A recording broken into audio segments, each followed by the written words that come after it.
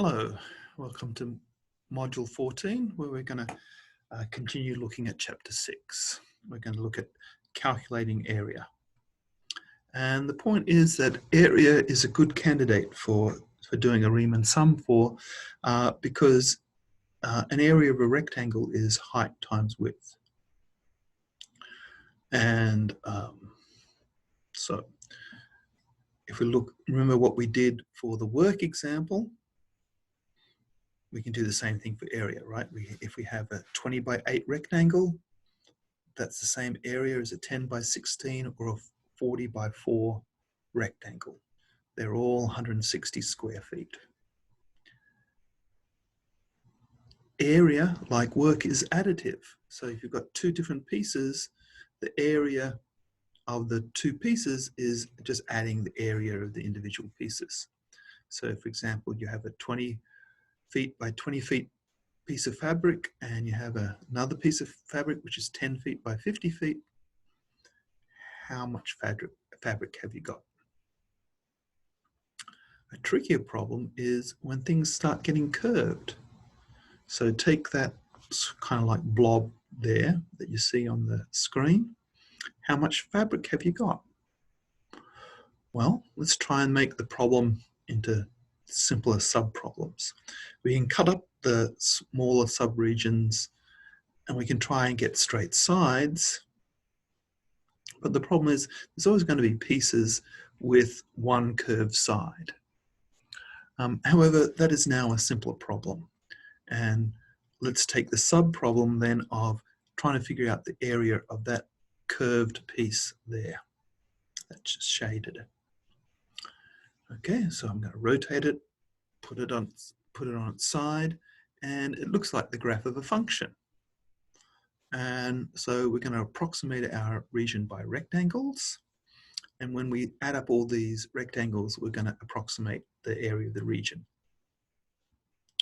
Okay, so all we need are heights and widths. And I'm going to do this as a Riemann sum.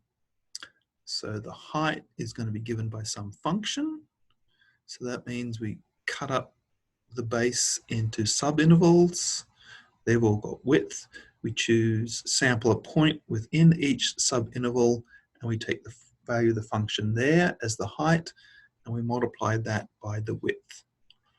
Okay, so we've got f of x times delta x, a whole lot of bunch of rectangles. We add them up, and that's going to give us our approximation. Okay, so that's the general idea. Let's try and do some specific examples. Okay, let's work on something that we know, a semicircle. It's a curved area, but we know that the area of a semicircle of radius 1 is pi on 2.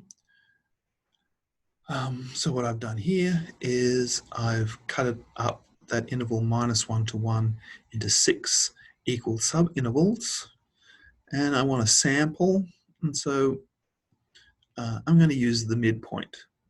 I think that's going to give me good sampling. It's going to give me good approximations. So I've got equal subintervals, so that means my endpoints are like -1, -2/3, -1/3, 0, 1/3, 2/3, 1.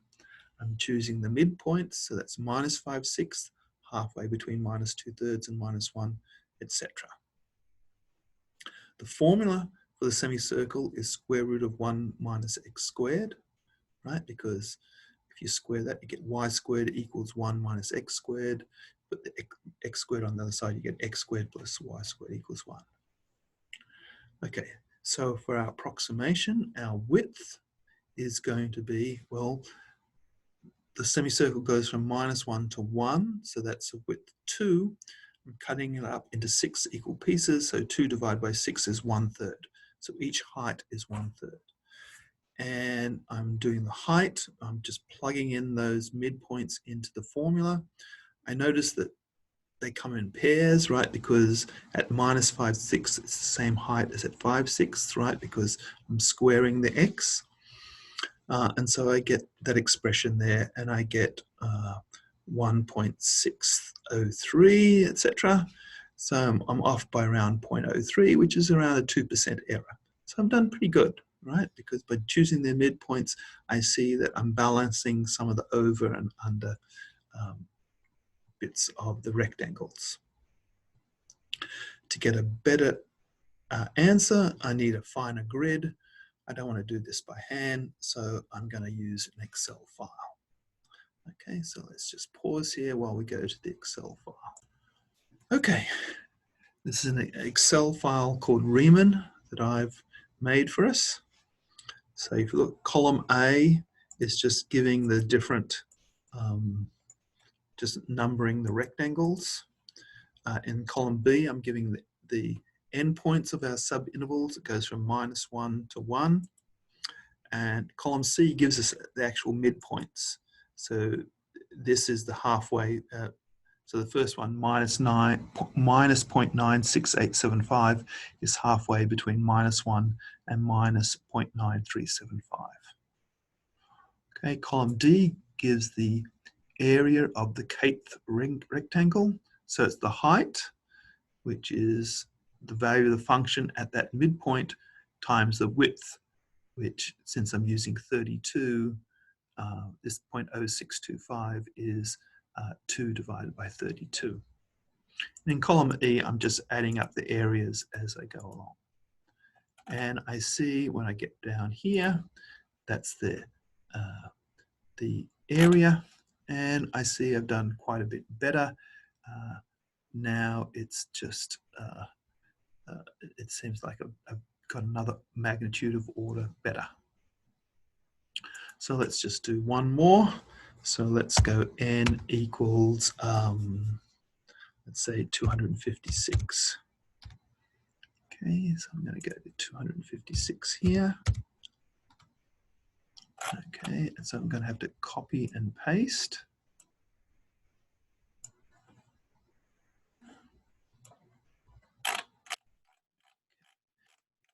It gets undefined because I'm taking square root of negative. But here we go.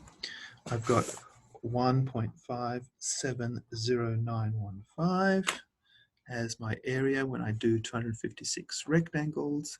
So I go up here and I put 1.570915, and I see that again I've gotten kind of like another order of magnitude better approximation. Okay, so this has given us quite good answers, so I'm happy with this. Okay, let's pause while we go back to the. Okay, so let's do one more example. So let's do something that we don't know.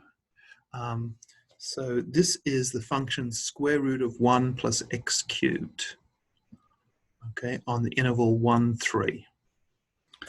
So you see there, you're thinking, well, what could the area be? Well, you see, I'm seeing like a rectangle underneath a triangle here. So the rectangle looks like it might have height 1.5 and width 2. So that area down the bottom there is 3. And there's a triangle on top, and it looks like it goes from 1.5 to 5.5, so 4. So that's a 2 by 4 triangle. The area of that is going to be 4. So 4 plus 3 is 7. So I approximate this area to be approximately 7. So let's see if we can do better by doing it in an Excel file. Okay, we're back at our Riemann file. So I want to change it to go from 1 to 3. And I want our function to change to square root of 1 plus x cubed. Oops, do this correctly. Okay, I go through and copy and paste. And there we go. So there is our using 32 rectangles, we get an answer that is n equals 32. The area is 6.229717.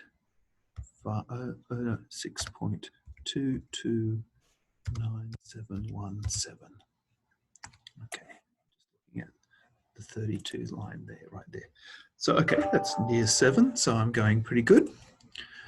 Okay, let's go again. Let's go with, say, 256. And go here, and I'm going to do 256.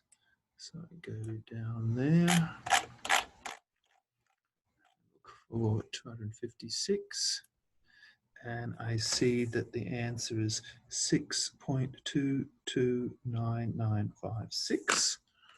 So I go back up to where I kept the answer from before. So when n equals 256, I get 6.229956. And I have a look, I compare them, and I'm pretty happy with my answers, right? So it hardly changed anything at all. And so I'm pretty happy with giving that the answer, let's say, is, is definitely 6.230 to 3 decimal places. In fact, probably to 4 decimal places. Okay. So that's how we go about doing things. So we found a good way in which we can find areas using these Riemann sums.